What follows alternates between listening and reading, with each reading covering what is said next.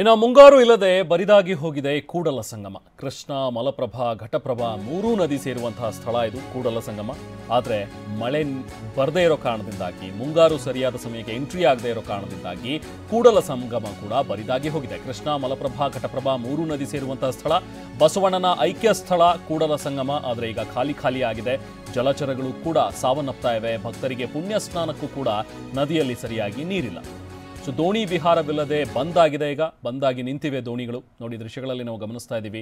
ಕಣ್ಣು ಹಾಯಿಸಿದಷ್ಟು ದೂರ ನಮಗೆ ನೆಲ ಕಾಣಿಸ್ತಾ ಇದೆ. ಈಗ ಇಲ್ಲೆಲ್ಲ ಕೂಡ ನೀರಿರ್ತಾ ಇತ್ತು, ಆದರೆ ಬರಡಾಗಿ ಬಿದ್ದಿರುವಂತಹ ಭೂಮಿ ಈಗ ನಮಗೆ ಅಲ್ಲಿ ಕಾಣಿಸ್ತಾ ಇದೆ. ಕೃಷ್ಣ, ಮಲಪ್ರಭಾ, ಘಟಪ್ರಭಾ ಮೂರೂ ನದಿಗಳು ಬಂದು ಸೇರುವಂತಹ ಸ್ಥಳ ಇದು ಕೂಡಲ ಸಂಗಮ. ಯಾವಾಗಲೂ ಕೂಡ ನೀರಿರ್ತಾ ಇತ್ತು. ಇದೇ ಟೈಮ್ಗೆ ಏನಾದರೂ ಸರಿಯಾಗಿ ಸೂಕ್ತ ಸಮಯಕ್ಕೆ ಮಳೆ ಬಂದಿದ್ದಿದ್ರೆ ಇಲ್ಲಿ ಯಥೇಚ್ಛವಾಗಿ ನೀರಿರ್ತಾ ಇತ್ತು. ಆದರೆ ಈಗ ಬಿಕೋ ಅಂತ ಇವೆ, ಮೀನುಗಳು ಸತ್ತು ನಿಂತಿವೆ. ಹಾಗೆ ದೋಣಿ ವಿಹಾರವನ್ನು ಕೂಡ ಈಗಾಗಲೇ ಸ್ಟಾಪ್ ಮಾಡಿದ್ದಾರೆ. ಪುಣ್ಯ ಸ್ನಾನ ಮಾಡೋಣ ಅಂತ ಹೇಳಿದ್ರು ಕೂಡ ಅದಕ್ಕೂ ಕೂಡ ನೀರಿಲ್ಲದೆ, ಜಾನುವಾರುಗಳಿಗೆ ನೀರಿಲ್ಲದೆ ಪರಿತಪಿಸ್ತಾ ಇದ್ದಾರೆ. ಸೊ ಬಾಗಲಕೋಟೆ ಜಿಲ್ಲೆಯ ಹುನಗುಂದ ತಾಲೂಕಿನಲ್ಲಿರುವಂತಹ ಕೂಡಲ ಸಂಗಮ ಇದು. ಸೊ ಇಲ್ಲಿ ಈಗ ಬರಿದಾಗಿರುವಂತಹ ಒಂದು ಭೂಮಿ ಪ್ರದೇಶವನ್ನು ಗಮನಿಸ್ತಾ ಇದ್ದೀವಿ. ನಾವು ಪ್ರತಿನಿಧಿ ರವಿಮುಖಿ ಗ್ರೌಂಡ್ ರಿಪೋರ್ಟ್ ನೀಡಿದ್ದಾರೆ, ಬನ್ನಿ ನೋಡೋಣ. ಈ ಬಾರಿ ಮುಂಗಾರು ಮಳೆ ಕೈಕೊಟ್ಟ ಹಿನ್ನೆಲೆಯಲ್ಲಿ ಬಹುತೇಕ ರಾಜ್ಯಾದ್ಯಂತ ಬರದ ಚಿತ್ರಣ ಕಂಡು ಬರ್ತಾ ಇದೆ. ಅದರಲ್ಲೂ ಪ್ರಮುಖವಾಗಿ ಹೇಳಬೇಕಂದ್ರೆ ಬಾಗಲಕೋಟೆ ಜಿಲ್ಲೆ ಹುನಗುಂದ ತಾಲೂಕಿನ ಕೂಡಲ ಸಂಗಮ ಇದು ಅಣ್ಣ ಬಸವಣ್ಣನವರ ಐಕ್ಯ ಸ್ಥಳ ಹಾಗೂ ಸಂಗಮನಾಥ ದೇಗುಲ ಇರುವಂತಹ ಸ್ಥಳ. ಅಲ್ಲಿನ ಒಂದು ಚಿತ್ರಣವನ್ನು ನಾವು ತೋರಿಸ್ತಾ ಇದ್ವಿ. ಈ ಒಂದು ಸ್ಥಳವನ್ನ ಅಂದ್ರೆ ತ್ರಿವಳಿ ನದಿಗಳ ಅಂದ್ರೆ ಸಂಗಮ ಅಂತಂದ್ರೆ ಕೃಷ್ಣ, ಮಲಪ್ರಭಾ ಹಾಗೂ ಘಟಪ್ರಭಾ ಮೂರು ನದಿಗಳು ಸಂಗಮವಾಗುವಂತಹ ಕ್ಷೇತ್ರ ಆಗಿರೋದ್ರಿಂದ ಇದಕ್ಕೆ ಕೂಡಲ ಸಂಗಮ ಅಂತ ಹೆಸರು ಬಿದ್ದಿರುವುದು. ಇದೇ ಜಾಗದಲ್ಲಿ ಏನು ಬಸವಣ್ಣವರು ಐಕ್ಯವಾಗಿರುವಂತಹ ಸ್ಥಳ ಮತ್ತು ಸಂಗಮನಾಥನ ದೇಗುಲ ಇದೆ. ಈ ಪ್ರಮುಖವಾಗಿ ಈ ಒಂದು ನದಿಯ ದೃಶ್ಯವನ್ನ ಇಲ್ಲಿ ನಾವು ತೋರಿಸ್ತಾ ಇದ್ದೀವಿ. ಎಷ್ಟು ಮಟ್ಟಿಗೆ ನೀರಿನ ಅಂದ್ರೆ ಖಾಲಿಯಾಗಿದ್ದ ಪರಿಣಾಮ ಯಾವ ರೀತಿಯಾಗಿದೆ ಅಂದ್ರೆ ಸಂಪೂರ್ಣವಾಗಿ ತಳ ಎಲ್ಲವೂ ಕೂಡ ಬಿರುಕು ಬಿಟ್ಟಿರುವಂತಹ ಚಿತ್ರಣ ಇಲ್ಲಿ ಕಂಡು ಬರ್ತಾ ಇದೆ.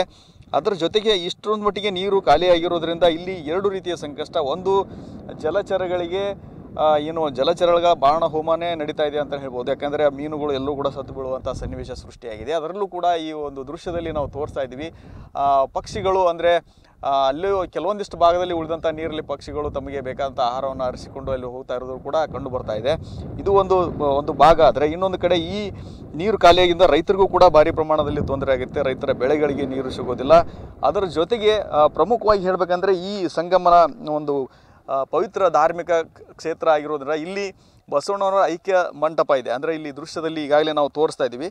ಬಸವಣ್ಣವರ ಐಕ್ಯ ಮಂಟಪ ಅದು ಕೂಡ ಏನು ಸಂಪೂರ್ಣವಾಗಿ ನೀರಲ್ಲಿ ಒಂದು ಮುಳುಗಡೆಯಾಗುವ ರೀತಿಯಲ್ಲಿ ಕಂಡು ಬರ್ತಾ ಇತ್ತು. ಈಗ ನೀರೆಲ್ಲವೂ ಖಾಲಿಯಾಗಿರೋದ್ರಿಂದ ಅದು ಒಂದು ರೀತಿ ಬಣಗುಡುವಂಥ ವಾತಾವರಣ ಅಲ್ಲಿ ಕಂಡು ಬರ್ತಾ ಇದೆ. ಅದರ ಮುಂಭಾಗದಲ್ಲಿರುವಂತಹ ಸಂಗಮನಾಥ ದೇಗುಲ ಅದು ಕೂಡ ತುಂಬಾ ಪವಿತ್ರವಾದಂತಹ ಒಂದು ಐತಿಹಾಸಿಕ ದೇಗುಲ. ಇಲ್ಲಿ ಬರುವಂತಹ ಭಕ್ತರು ಈ ಭಾಗದಲ್ಲೇ ದೇವಸ್ಥಾನದ ಪಕ್ಕದಲ್ಲೇ ಪ್ರತಿ ಕ್ಷಣ ಏನು ಬೆಳಗ್ಗೆ ಬಂದಂಥ ಭಕ್ತರು ಈ ನದಿಯಲ್ಲಿ ಪುಣ್ಯ ಸ್ನಾನವನ್ನು ಮಾಡಿ ನಂತರದ ಸಂದರ್ಭದಲ್ಲಿ ಸಂಗಮನಾಥ ದೇವರ ದರ್ಶನ ಆಗಿರ್ಬೋದು, ಅದರ ಜೊತೆಗೆ ಬಸವಣ್ಣವರ ಐಕ್ಯ ಮಂಟಪದ ದರ್ಶನ ಮಾಡಿಕೊಂಡು ಹೋಗುತ್ತಾ ಇರುವಂಥ ವಾಡಿಕೆ ಪ್ರತಿ ಒಂದು ದಿನದಲ್ಲೂ ಕೂಡ ನಡೀತಿತ್ತು. ಅದರ ಜೊತೆಗೆ ಈ ನದಿ ಉಕ್ಕಿ ತುಂಬಿ ಹರಿಯುತ್ತರ ಸಂದರ್ಭದಲ್ಲಿ ಈ ಒಂದು ಜಾಗದಲ್ಲಿ ಬೋಟಿಂಗ್ ವ್ಯವಸ್ಥೆಯನ್ನು ಕೂಡ ಮಾಡಲಾಗ್ತಾ ಇತ್ತು. ಅಂದರೆ ಬಸವಣ್ಣವರ ಐಕ್ಯ ಮಂಟಪ ದರ್ಶನ ಮತ್ತು ಸಂಗಮನಾಥ ದೇವರ ದರ್ಶನದ ಬಳಿಕ ಬಂದಂಥ ಪ್ರವಾಸಿಗರು ದೋಣಿ ವಿಹಾರವನ್ನು ಸವಿಯುವಂಥ ಅವಕಾಶ ಇತ್ತು. ಆದರೆ ನೀರೆಲ್ಲವೂ ಕೂಡ ಖಾಲಿಯಾಗಿದ್ದು ಅದು ಕೂಡ ಇಲ್ಲಿ ಬಂದಾಗಿದೆ. ಒಟ್ಟಿನಲ್ಲಿ ಹೇಳೋದಾದರೆ ಬಸವಣ್ಣನವರ ಐಕ್ಯ ಸ್ಥಳ ಹಾಗೂ ಸಂಗಮನಾಥನ ದೇಗುಲವನ್ನು ಹೊಂದಿರುವಂಥ ಪವಿತ್ರ ಕ್ಷೇತ್ರ ಕೂಡಲ ಸಂಗಮದಲ್ಲಿ ಎಲ್ಲ ಕೂಡ ಈ ಕಡೆ ನೋಡಿದರೂ ಕೂಡ ಬರದ ಚಿತ್ರಣ ಕಂಡು ಬರ್ತಾ ಇದ್ದು ಭಕ್ತರಿಗೆ ಹಾಗೂ ಬಂದಂಥ ಪ್ರವಾಸಿಗರಿಗೆ ಭಾರಿ ಪ್ರಮಾಣದಲ್ಲಿ ನಿರಾಶೆ ಮೂಡಿಸಿದೆ. ಕ್ಯಾಮರಾಮನ್ ಬಾಬು ಜೊತೆ ರವಿಮುಖಿ, TV9 ಬಾಗಲಕೋಟೆ.